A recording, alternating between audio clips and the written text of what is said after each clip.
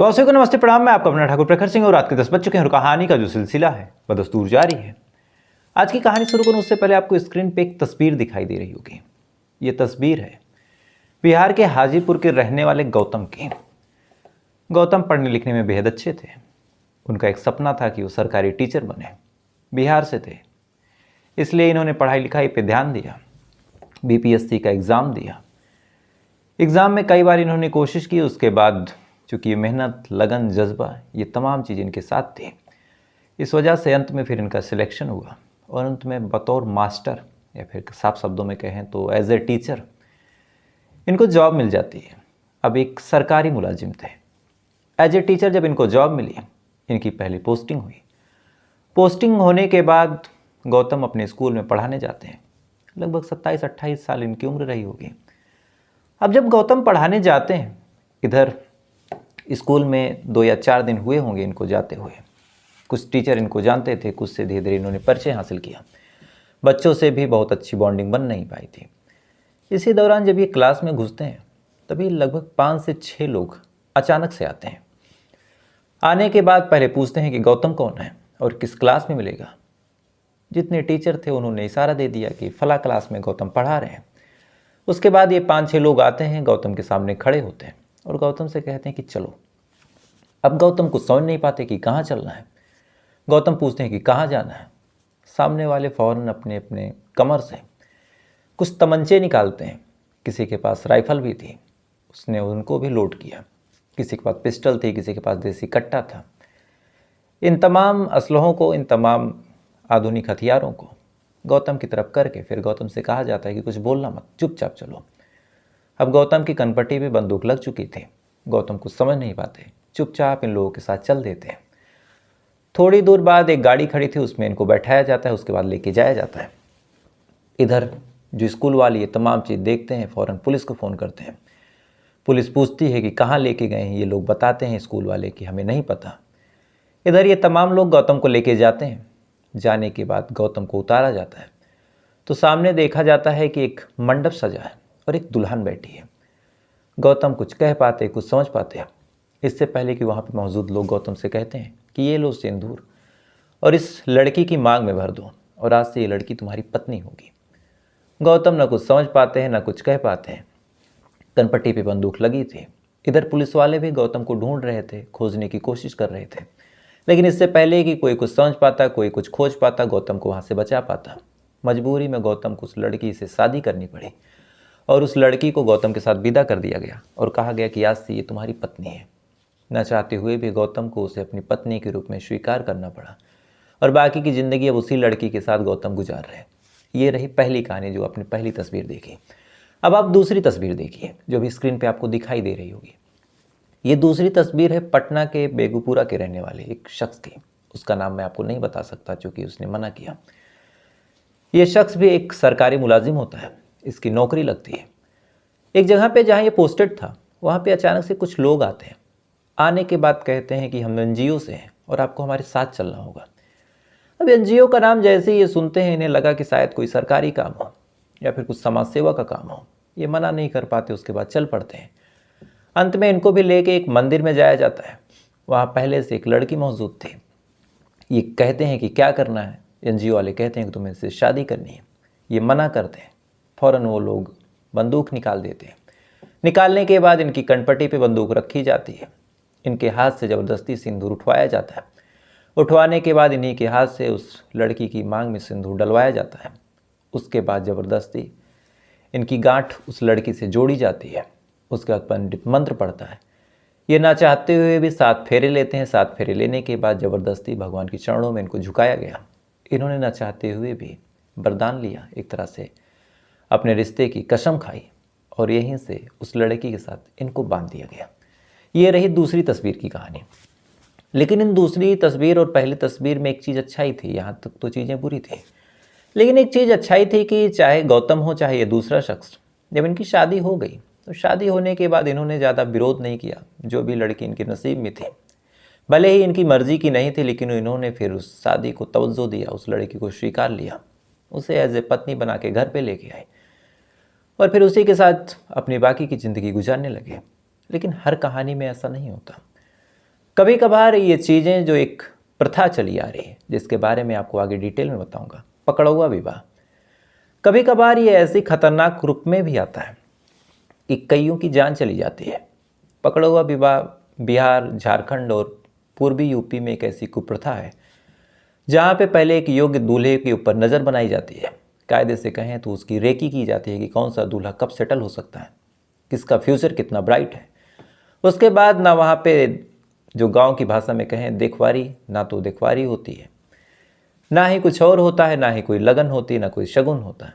बस उसको जाओ पकड़ के लेके आओ और असलहे बारूद और इन तमाम चीज़ों के दम पे उस लड़के से अपने घर की बेटी की शादी करा दो और शादी कराने के बाद उसको विदा कर दो। भले ही वो लड़का खुद उस लड़की की बाद में जान ले ले या फिर उसे छोड़ दे, उसकी पूरी ज़िंदगी बर्बाद कर दे, लेकिन चाहे जैसे अपनी लड़की को उसके साथ बांध देना एक तरह से और विदा कर देना एक बहुत पुरानी कुप्रथा है। सरकारें बदली, न जाने कितने लोग आए, न जाने कितनी पुलिस की मुस्तैदी हुई, लेकिन आज भी बिहार और बाकी अलग अलग जगहों पे ऐसी पकड़ा हुआ शादी होती रहती है। कई शादियाँ दब जाती हैं, कई शादियाँ उभर जाती हैं, कई कभार मामला कोर्ट तक जाता है और कभी कभार मामला कत्ल का भी बन जाता है। आज की कहानी ऐसे ही कत्ल की कहानी है, जिसमें पहले तो एक पकड़ा हुआ शादी होती है, उसके बाद उसमें 3 कत्ल हो जाते हैं। तो पूरी कहानी क्या है सिलसिलेवार तरीके से आपके सामने रखूँगा। और इस कहानी की असल शुरुआत होती है बिहार का एक ज़िला लगता है बेगूसराय, और इसी बेगूसराय ज़िला में एक थाना लगता है साहेबपुर कमाल थाना, और इसी थाना क्षेत्र में अगल बगल 2 गांव हैं। एक गांव है गोविंदपुर और दूसरा है श्रीनगर छर्रापट्टी। गोविंदपुर और जो श्रीनगर छर्रापट्टी है ज़्यादा दूरी पे है नहीं, एक ही थाना क्षेत्र में आते हैं। दोनों गांव में एक एक परिवार रहा करता था, दोनों यादव फैमिली थी। गोविंदपुर में जो परिवार रहा करता था उसके जो मुखिया थे संजय यादव, इधर जो श्रीनगर छर्रापट्टी में था उसके मुखिया थे उमेश यादव। जो उमेश यादव थे उनकी जो बड़ी बेटी थी उसकी शादी जो संजय यादव थे उनके भाई के बेटे से हुई थी। यानी कायदे से देखा जाए तो दोनों एक दूसरे के समधी लगते थे। अब शादीशुदा ज़िंदगी थी, दोनों के बीच रिश्ते थे, एक दूसरे के समधी का घर था, लिहाजा अक्सर इन दोनों के घर आना जाना भी लगा रहा। कोई न्योता होता, कोई त्यौहार होता, कोई लगन होती, कोई मांगलिक कार्यक्रम होता, अक्सर एक दूसरे के घर ये लोग आया जाया करते थे। घर में अगर कोई लड़की होती तो अपनी दीदी के घर चली जाती, कोई लड़का होता तो अपने भाई के ससुराल आ जाता। ऐसे ही जो संजय यादव थे उनका एक छोटा बेटा था जिसका नाम था हिमांशु। हिमांशु भी अक्सर गोविंदपुर गांव से श्रीनगर आया करता था अपने बड़े भाई के ससुराल, और यहीं पे उसकी मुलाकात उमेश यादव की बेटी नीलू से हो जाती है। नीलू संजय को देखती है, संजय के बेटे को देखती है, हिमांशु को, हिमांशु नीलू को देखता है, और देखते देखते दोनों एक दूसरे को पसंद करने लगे। उम्र कम थी, जवानी की दहलीज पे दोनों ने हाल में ही कदम रखा था, लिहाजा अब एक दूसरे को दोनों पसंद करने लगे। लेकिन दिक्कत थी कि दोनों पहले से ही रिश्तेदार थे, तो गुपचुप तरीके से दोनों ने अपने प्रेम प्रसंग को आगे बढ़ाया। कभी मौका मिलता तो नीलू चली जाती, मिलके चली जाती, कभी हिमांशु मौका पाता तो भाई के ससुराल के बहाने आ जाता और 1-2 घंटे या फिर 1 दिन गुजार के अपनी प्रेमिका को, अपनी प्रियसी नीलू को देख के वहाँ से लौट आता। ये सिलसिला साल 2022 से ही चलता रहा। वक्त गुजरता रहा, दोनों एक दूसरे के प्यार में सीरियस होते रहे। अब जैसे जैसे वक्त गुजरा, नीलू भी अब हिमांशु को काफ़ी प्यार करने लगी, हिमांशु भी नीलू को पसंद करने लगा। आलम यह हुआ कि दोनों भी एक दूसरे से मिलने का बहाना खोजने लगे। शुरुआत में जब हिमांशु नीलू के घर आया करता तो सबको खुशी होती कि चलो एक रिश्तेदार है जो जिंदा दिली के साथ रिश्तेदारी निभा रहा। लेकिन जब लगातार हर महीने, हर 15 दिन पे हिमांशु पहुंचने लगा तो फिर परिवार वालों को और श्रीनगर गांव के जितने लोग थे उनको कुछ डाउट हुआ कि आखिर इस हिसाब से ये लड़का क्यों आता है और अक्सर ये नीलू के पास क्यों बैठा रहता है।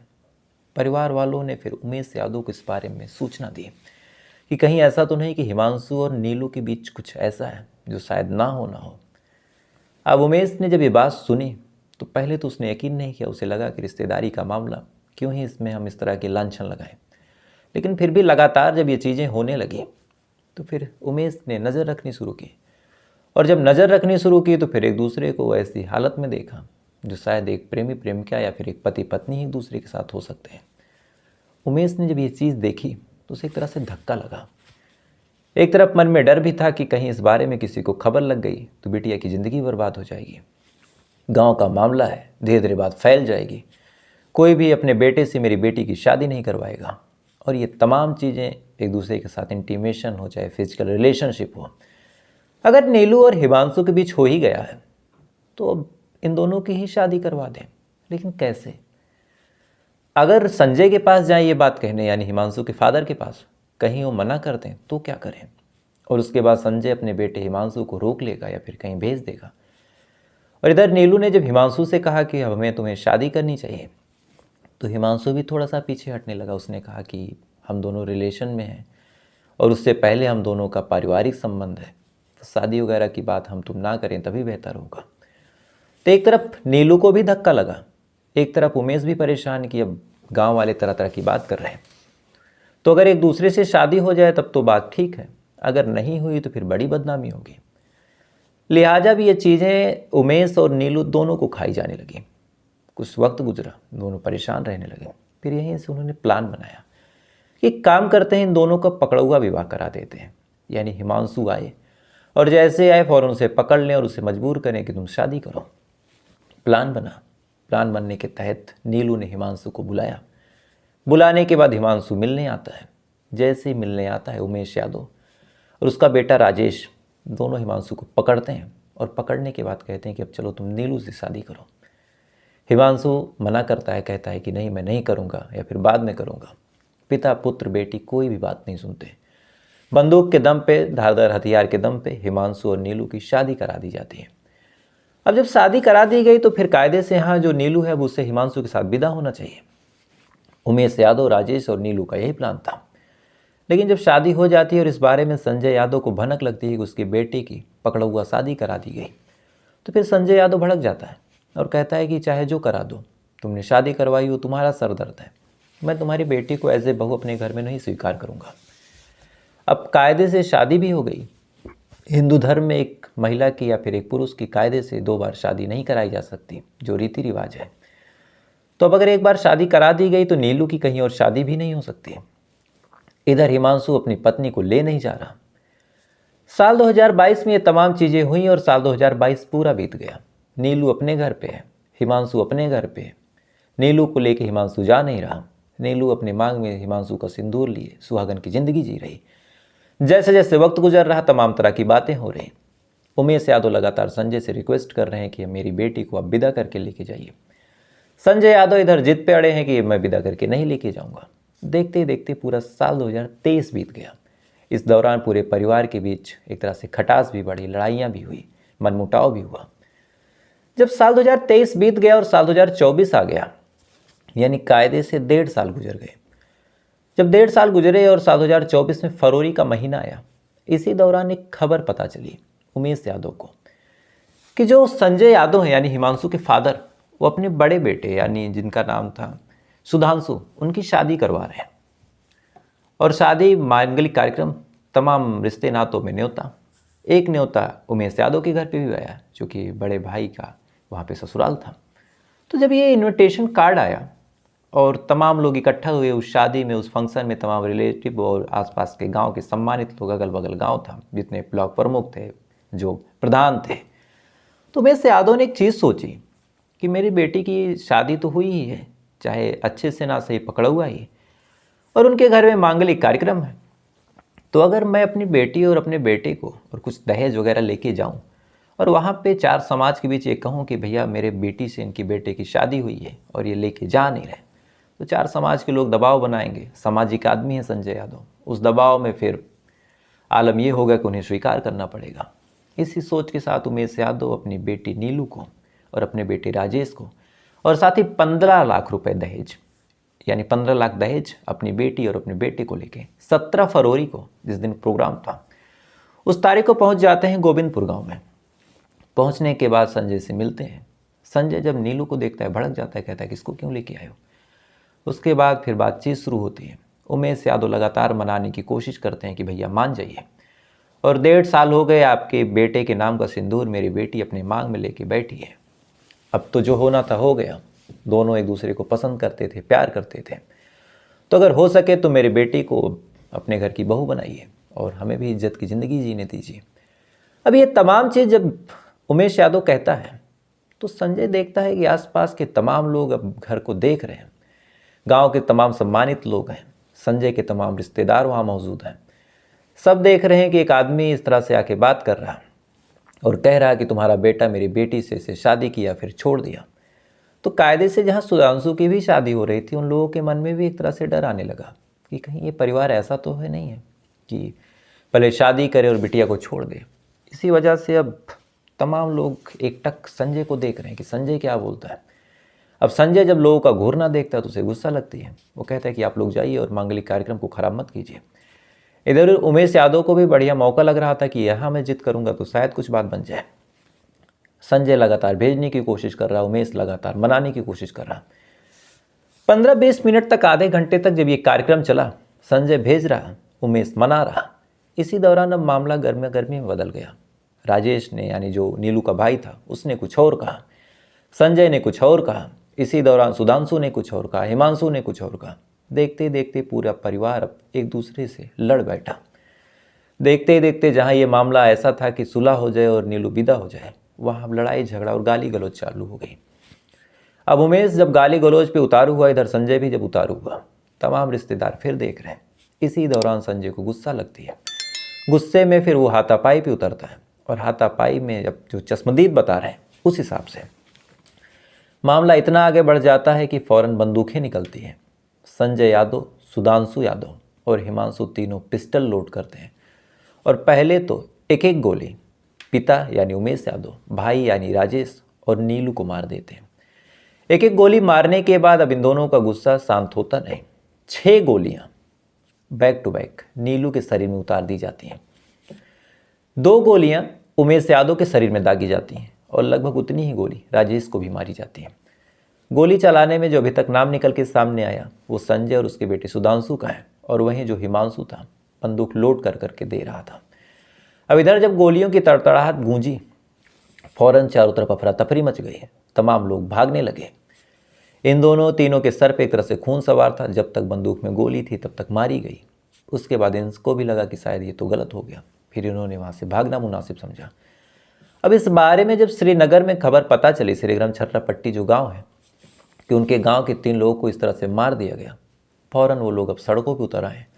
फौरन ये कहा जा रहा है कि जितने लोग हैं उनको गिरफ्तार करो, उनको फांसी दो। लेकिन इस कहानी को अगर आप ध्यान से समझें, चाहे पहली कहानी जिसकी तस्वीर मैंने दिखाई, चाहे दूसरी, चाहे तीसरी, अपनी बेटी को इस तरह से बांध देना, और यहाँ पे पूरी गलती हिमांशु की भी है। अगर आप किसी का हाथ नहीं थाम सकते तो आपको इस तरह से रिलेशन ख़राब करने की क्या ज़रूरत थी। एक बाप जो इस उम्मीद में गया कि शायद उसकी बेटी का घर बस जाए, और अंत में अब वो चिता पे भी लेट के आएगा, वहीं बिटिया भी लेट के आएगी और भाई भी, पूरा परिवार भी तबाह हुआ। संजय भी जेल जाएगा, उसका बेटा भी जेल जाएगा और सब कुछ खत्म। और वजह क्या? एक पकड़ा हुआ शादी। तो कहीं ना कहीं ऐसी ऐसी कुरीतियाँ हमारे समाज में आज भी है, जिस वजह से आए दिन ऐसी खबरें मिलती हैं कि आत्मा टूट जाती है। तो इस मामले पे क्या ही कहें। खैर, इस मामले पे आपकी क्या राय है कमेंट करके ज़रूर बताइएगा। साथ ही ऐसी वीडियोस देखने के लिए वीडियो को लाइक करके चैनल को सब्सक्राइब जरूर कर लीजिएगा। तो आपसे कल फिर मुलाकात हुई किसी दूसरी कहानी के साथ। तब तक अच्छे रहिए, खुश रहिए, ऐसे चीज़ों से बचे रहिए, सावधान रहिए, सुरक्षित रहिए। जय हिंद।